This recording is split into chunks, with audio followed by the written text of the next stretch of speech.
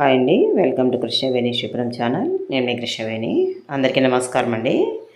ఈరోజు అన్ని రకాల టిఫిన్స్లోకి ఉపయోగపడే 4 రకాల చట్నీలను ఎలా ప్రిపేర్ చేసుకోవాలో చూద్దాం రండి. ఫస్ట్ పచ్చి కొబ్బరి చట్నీ అండి. పచ్చి కొబ్బరి చట్నీ కోసం జార్లోకి 1 కప్పు చాప్ చేసినటువంటి పచ్చి కొబ్బరి ముక్కలు, 1/2 కప్పు పుట్నాల పప్పులు, 1/2 కప్పు వేయించి పొట్టు తీసుకున్నటువంటి వేరుశనగ పప్పులు, 10 మిరియాలు, 1 ఇంచు వరకు అల్లాన్ని తీసుకొని చిన్న పీసెస్గా కట్ చేసి యాడ్ చేసుకోండి. అలాగే పచ్చిమిర్చి అనేది దాదాపుగా 7-8 తీసుకున్నానండి. మీ స్పైసీకి తగినట్టుగా తీసుకోండి. కొద్దిగా నీట్గా కడిగినటువంటి చింతపండు, అలాగే టేస్ట్కి తగినంత సాల్ట్ వేసుకుని ఫస్ట్ ఒకసారి స్మూత్గా గ్రైండ్ చేసుకోవాలి.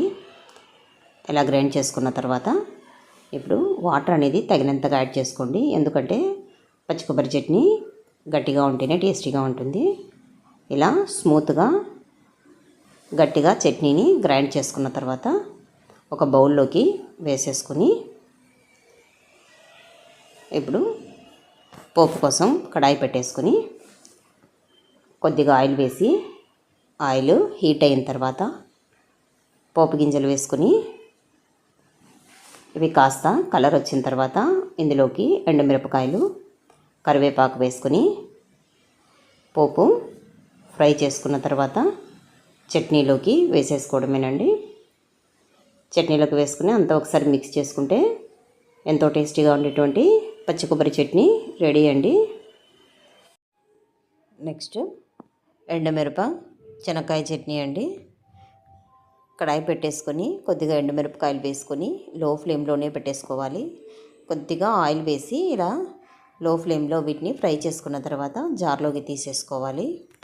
అలాగే వేయించి పొట్టు తీసుకున్నటువంటి శనక్కాయ పప్పులు 1 కప్పు, టేస్ట్కి తగినంత సాల్ట్, కొద్దిగా చింతపండు నీట్గా కడిగేసుకొని వేసుకొని ఒకసారి ఫస్ట్ గ్రైండ్ చేసుకున్న తర్వాత తగినంతగా వాటర్ని వేసుకొని స్మూత్గా చట్నీని ఇలా గ్రైండ్ చేసుకున్న తర్వాత ఒక బౌల్లోకి తీసేసుకోవాలి.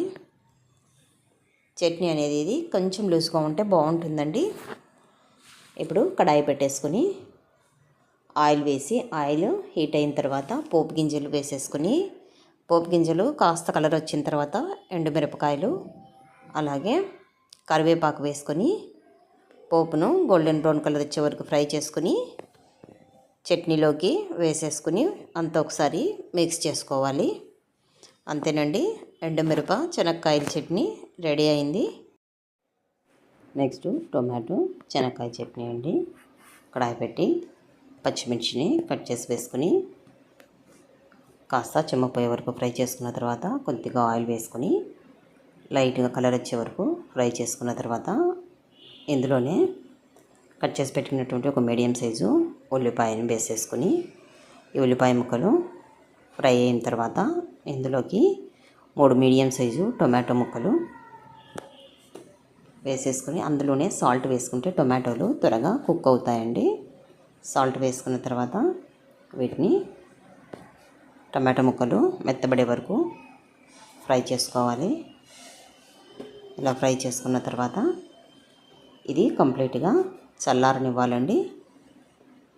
ఇప్పుడు జార్లోకి చిన్న కప్పుతో 1 కప్పు పుట్నాల పప్పులు, 1 కప్పు వేయించి పొట్టు తీసుకున్నటువంటి శనక్కాయ పప్పులు, అలాగే చల్లారిన తర్వాత ఇందులోకి ఈ టొమాటోస్ అన్నీ వేసేసుకోవాలి. టేస్ట్కి తగినంత సాల్ట్ ఒకేసారి వేసుకున్నాం కాబట్టి కొద్దిగా చింతపండు వేసేసుకొని ఫస్ట్ ఒకసారి ఇలా గ్రైండ్ చేసుకోవాలి. తర్వాత కొద్దిగా వాటర్ని వేసుకొని చట్నీని స్మూత్గా గట్టిగా గ్రైండ్ చేసుకోవాలండి. బౌల్లోకి వేసేసుకొని పోపు కోసం కడాయి పెట్టేసుకొని కొద్దిగా ఆయిల్ వేసి హీట్ అయిన తర్వాత పోపు గింజలు వేసుకుని పోపు గింజలు కాస్త ఫ్రై అయిన తర్వాత ఎండుమిరపకాయలు, కరివేపాకు వేసుకుని పోపు కంప్లీట్గా ఫ్రై చేసుకున్న తర్వాత చట్నీలోకి వేసేసుకుని ఒకసారి మిక్స్ చేసుకుంటే చట్నీ రెడీ అండి. టొమాటో పల్లీల చట్నీ రెడీ అండి. నెక్స్ట్ శనక్కాయ చట్నీ అండి. శనక్కాయల చట్నీ కోసం ఫస్ట్ కడాయి పెట్టేసుకొని పచ్చిమిర్చి వేసుకుని, పచ్చిమిర్చి అనేది ఇలా కట్ చేసి వేసుకుంటే ఫ్రై చేసేటప్పుడు పేలవండి. ఇందులో ఉన్నటువంటి చెమ్మ పోయే వరకు కాస్త ఫ్రై చేసుకున్న తర్వాత ఒక 1/2 టీ స్పూన్ వరకు ఆయిల్ని వేసేసుకుని లో టు మీడియం ఫ్లేమ్లో పచ్చిమిర్చిని ఫ్రై చేసుకోవాలి. ఇలా ఫ్రై అయిన తర్వాత వీటిని జార్లోకి వేసేసుకోవాలి. ఇందులోనే ఒక మీడియం సైజు ఉల్లిపాయని ఇలా చిన్న పీసెస్గా కట్ చేసుకుని వేసుకుని కొద్దిగా ఆయిల్ వేసి వీటిని కూడా కలర్ వచ్చే వరకు ఫ్రై చేసుకున్న తర్వాత జార్లోకి వేసుకోవాలి. 1 కప్పు వేయించినటువంటి శనక్కాయ పప్పులు పొట్టు తీసినవి వేసుకోవాలి. టేస్ట్కి తగినంత సాల్టు, కొద్దిగా చింతపండును నీట్గా కడిగేసి వేసుకుని ఒకసారి ఫస్ట్ గ్రైండ్ చేసుకున్న తర్వాత వాటర్ అనేది తగినంతగా వేసుకోండి.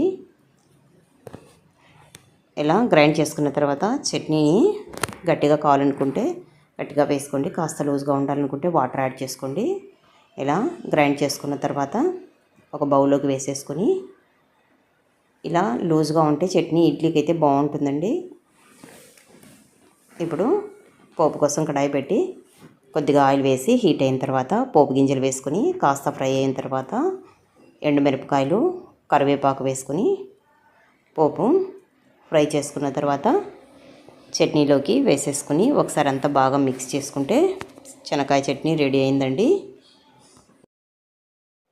ఈ 4 రకాల చట్నీలు అన్ని టిఫిన్స్లోకి చాలా టేస్టీగా ఉంటాయండి. మీరు ఒకసారి ట్రై చేసి చూడండి. ఈ వీడియో కనుక నచ్చినట్లయితే లైక్ చేయండి, షేర్ చేయండి, సబ్స్క్రైబ్ చేయండి. Thank you for watching.